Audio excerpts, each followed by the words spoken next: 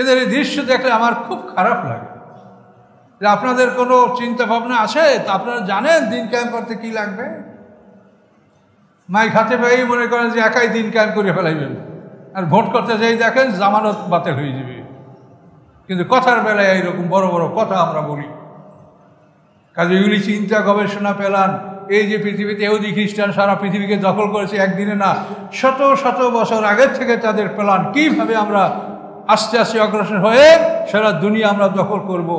এখন সারা দুনিয়ার মানুষ আমরা ইহুদি খ্রিস্টানদের কবজায়, আমরা কেউ তাদের বাইরে না, তাদের কবজায় আমরা। আমি মেলবো আপনার সাথে, তাহলে তো আপনাকে, আমি যদি ইমাম না হইতে পারি, আমি যদি দলের নেতা না হইতে পারি, তা আপনার সাথে আমি কোন শর্তে আমি একমত হব?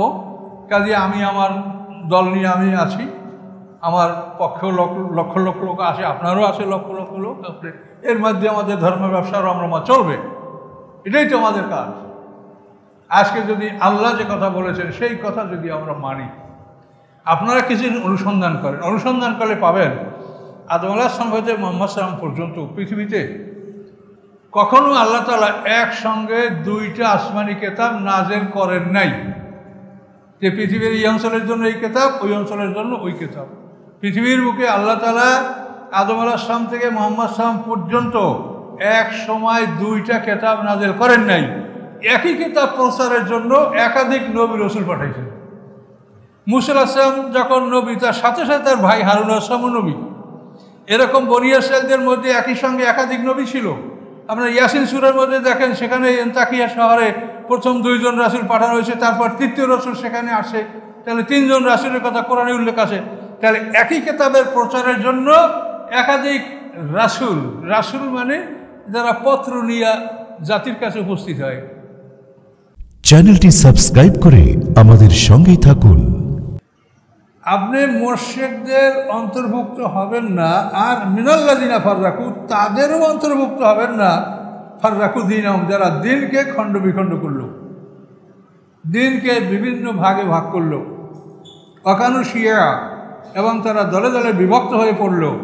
কুল্লু হিজবিন বিমা লাদাইহিম ফারিহুন, প্রত্যেকটি দল তার কাছে যা আসে, তাদের কাছে যা আসে তার প্রতি তারা সন্তুষ্ট।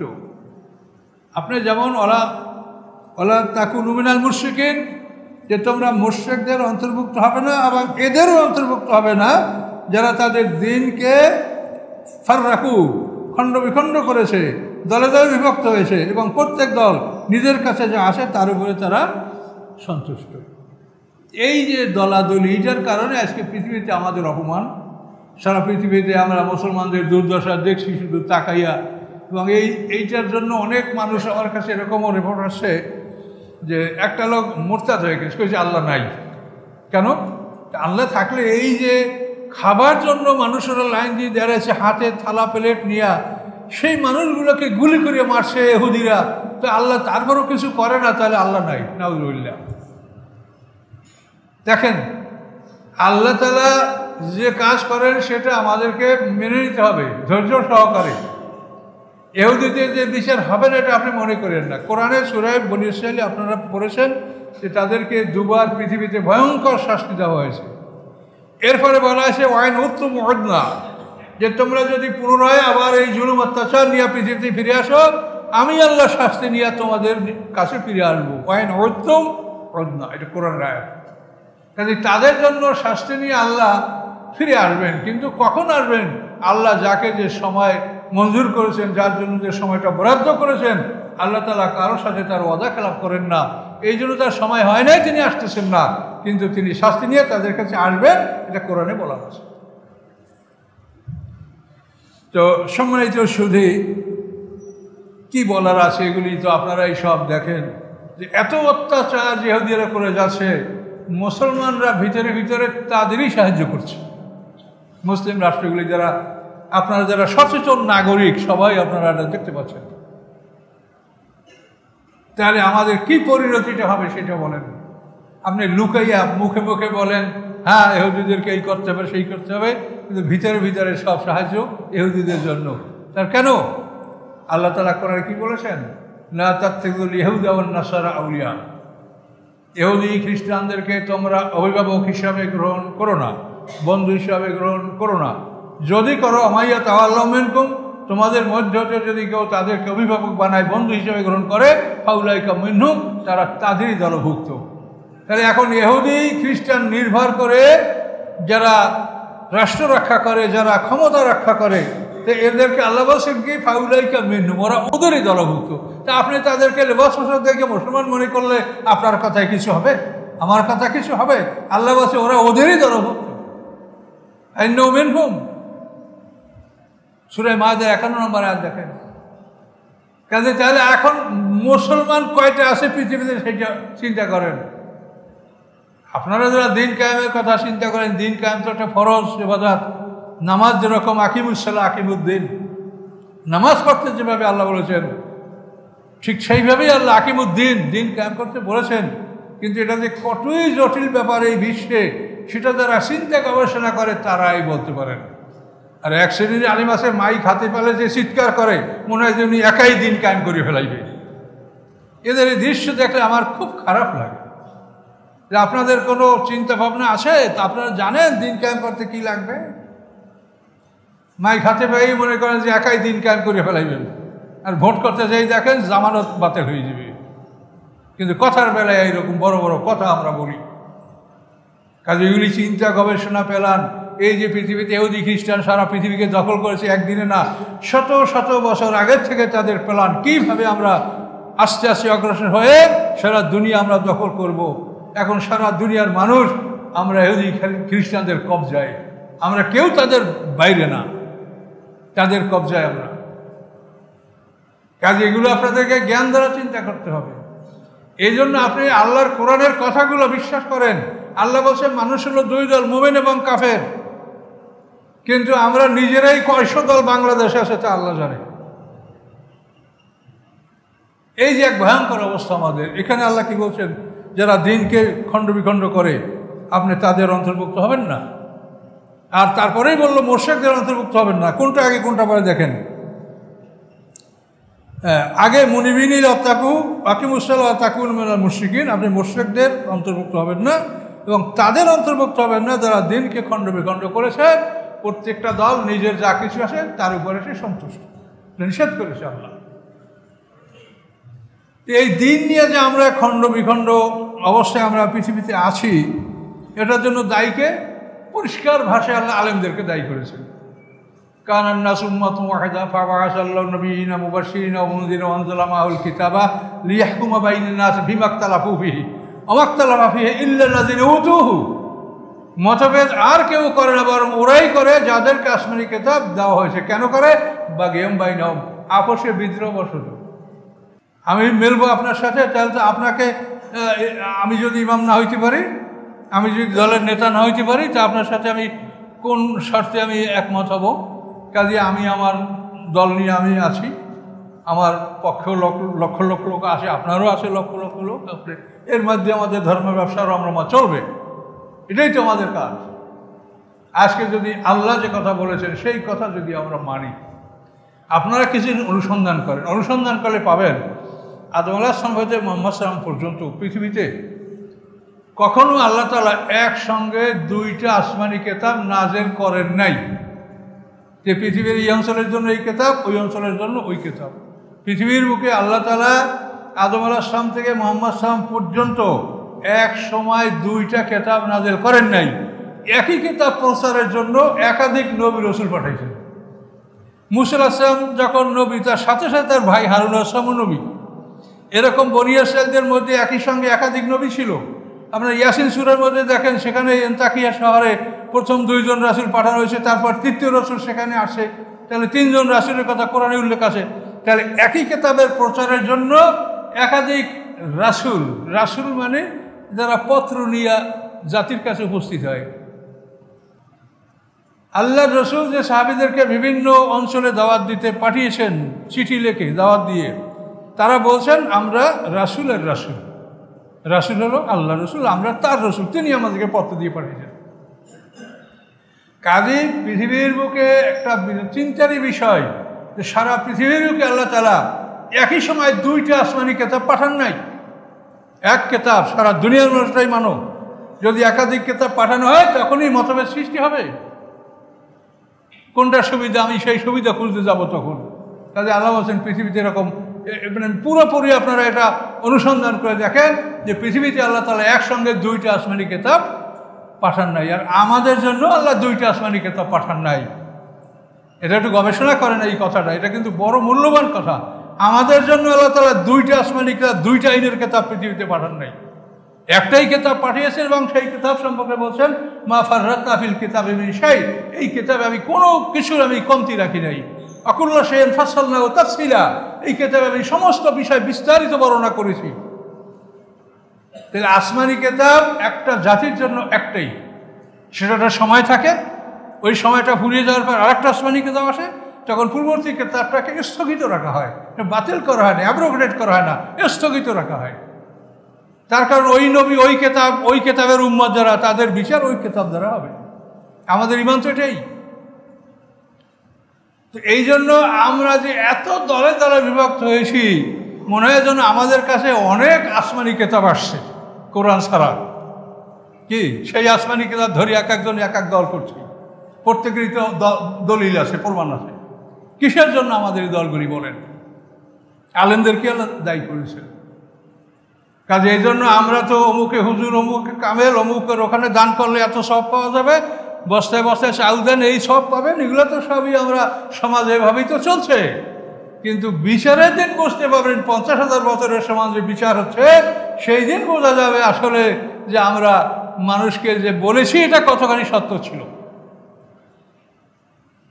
আমরা তো সবসময় তেলা মাথায় তেল ঢালি, যারা হাজার হাজার কোটি টাকার মালিক তাদেরকে আমরা টাকা দিই, আর প্রতিবেশী না খেয়ে থাকে, কত মানুষ অনাহারে, কত মানুষ কত কষ্ট পাচ্ছে। অথচ আল্লাহ রাসূল কি বলেছেন? তোমার প্রতিবেশী অনাহারে থাকে আর তুমি পেট ভরে খাও, তা তুমি মোমেন না। আরাইতাল্লাযী সূরা, যে আলাম তারার পরের সূরাটা, সেটা কি বলা হয়েছে? আরাইতাল্লাযী ইউকাযযিবু বিদ্দীন। হে রাসূল, আপনি কি তাদেরকে চিনেন, দেখেছেন যারা দিনকে মিথ্যা বলে, দিনকে মিথ্যা প্রতিপন্ন করে? ফাযালিকাল্লাযী ইয়াদউল ইয়াতীম, সে হল ওই ব্যক্তি যে ইয়াতীমকে ধমক দেয়। ওয়ালা ইয়াহুদ্দু আলা তাআমিল মিসকিন, মিসকিনকে খাওয়ার জন্য কি ব্যবস্থা করা হবে এ ব্যাপারে একে অন্যকে উৎসাহিত করে না। এই কথা আল্লাহ সরাসরি কোরআন পাকে বলেছেন। তাহলে আমরা কি করছি? এক একজনে 3 বার 5 বার 7 বার হজে যাচ্ছি, আবার আমরা যখন পাশাপাশি বসি, যদি একটু সময় থাকে, তা আমার পাশে হাসি যে আপনি কতবার হজ করছেন? তার মানে আমি যদি বলি একবার, তাহলে আমি ওনাকে আপনি কতবার? আমি 7 বার। কি এগুলি নিয়েই তো আসলে পৃথিবীর বাহাদুরি। অমুক হুজুরে 40 বার হজ করছে, 40 বার হজ করছে না, তার শাস্তিও হতে পারে যে তুমি 40 বার হজ করলে কেন? আমি তোমার জন্য একবার হজ ফরজ করেছি, তুমি 40 বার করলে কেন? এই সম্পদগুলি তুমি জনগণের সেবায় কেন ব্যয় করলে না? কাজে 40 বার হজ করার কারণে হুজুরের ভেস্তেই 40 বার পাস করার জন্য আল্লাহ জানেন, আমি রায় দিতে পারবো না, শাস্তিও হতে পারে। কাজে আপনি সমাজে যে দায়িত্ব, আপনার আমার মানুষের, আমরা খলিফা, ইন্নী জাইলুন খলিফা, আমাদের দায়িত্ব সম্পর্কে জানতে হবে। কাজে এই যে কথা আপনাদের ব্রেনে দিলাম, আপনারা সবাই জ্ঞানী, এই শহরে কোনো বোকা মানুষ থাকে না, শহরের 100% মানুষ জ্ঞানী আপনারা, যে আল্লাহ তাআলা কোনো যুগে একই জাতির জন্য 2টা আইন কেতাব পাঠান নাই।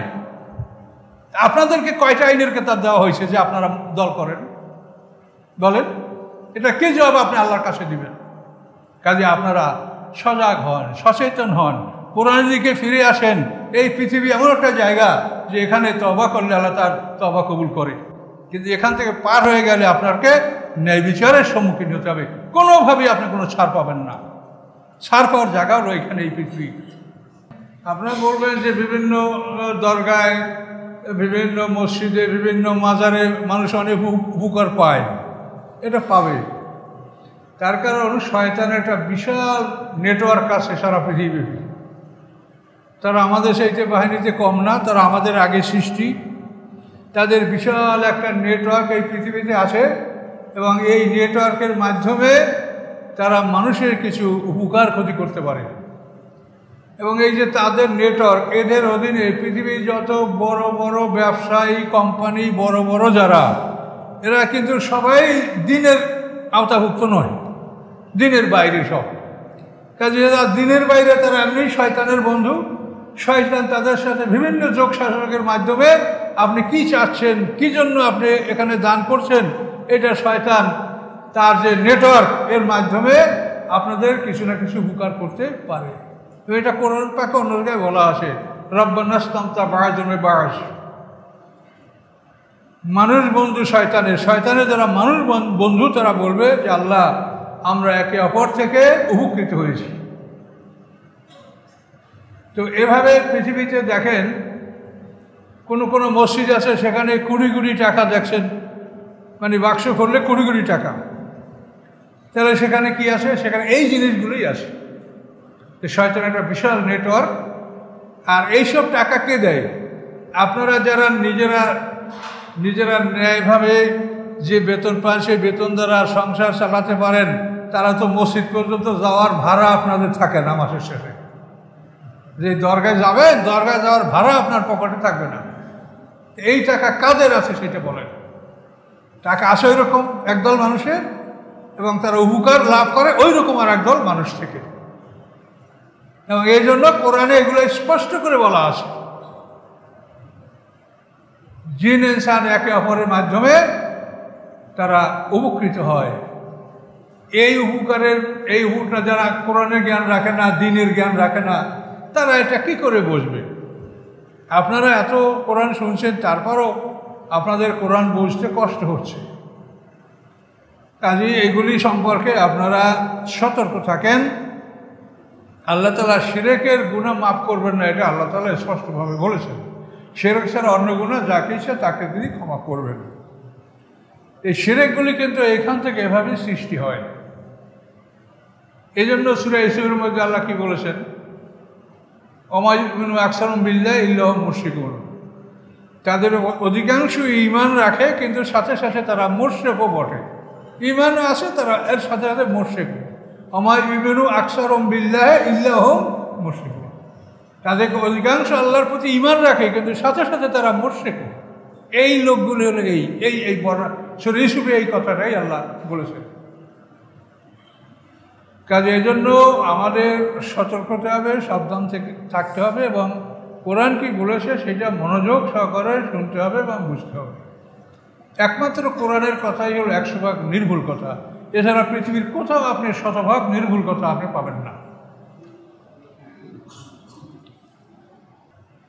আল্লাহর সৃষ্টির ধারাটা হলো যে আল্লাহ তাআলা সকল মানুষকে ইসলামের উপরে সৃষ্টি করেছেন। ফিতরাত শব্দের অর্থ ইসলাম। আল্লাহ রাসূল বলেছেন আয়াতের ব্যাখ্যায়, মামে মাউলুদিন ইল্লা ইউলাদু আলা ফিতরাতিন। প্রত্যেকটা সন্তান ইসলামের উপরেই জন্মগ্রহণ করে। কেন? আমাদের প্রথম অবস্থায় যখন আমাদেরকে পরীক্ষা করার জন্য আল্লাহ মুহূর্তের জন্য আমাদের মধ্যে জীবন দান করেছে, ওই জীবনটা হিসাবে ধরা হয় নাই। এই মুহূর্তের জন্য আমাদেরকে প্রাণ সঞ্চার করে আলাস্তু বিরাব্বুকুম প্রশ্ন করা হয়েছিল। তখন আমরা সবাই বলছি কালু বালা, হ্যাঁ আপনি আমাদের রব। এইটা বলার পরে আমাদেরকে আল্লাহ সবাইকে একসঙ্গে মৃত্যু দিলেন। এই মৃত্যুর পরে আমরা বরজাকে ঢুকলাম।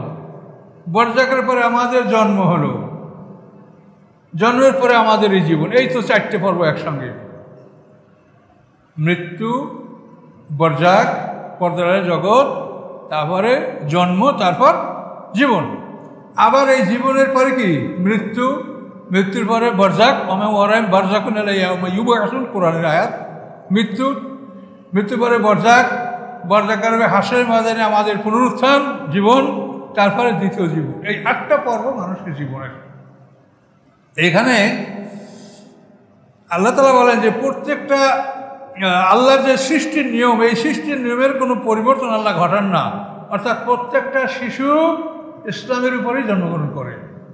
তো আল্লাহ রসুলটা বলছেন, মামেন মাউলুদ ইল্লা ইউলাদু আলা ফিতরাতিন ফাআবওয়াহু ইউহাব্বিদানিহি ইউনাসসিরানিহি ইউমাজ্জিসানিহি। তার পিতামাতা তাকে ইহুদি বানায়, খ্রিস্টান বানায়, মজুসি বানায়, এটা বাপ মা করে। আপনাদের ছোট বাচ্চা রেখে আসতে পারেন না, বাচ্চা নিয়ে অনেকে মসজিদে আসেন।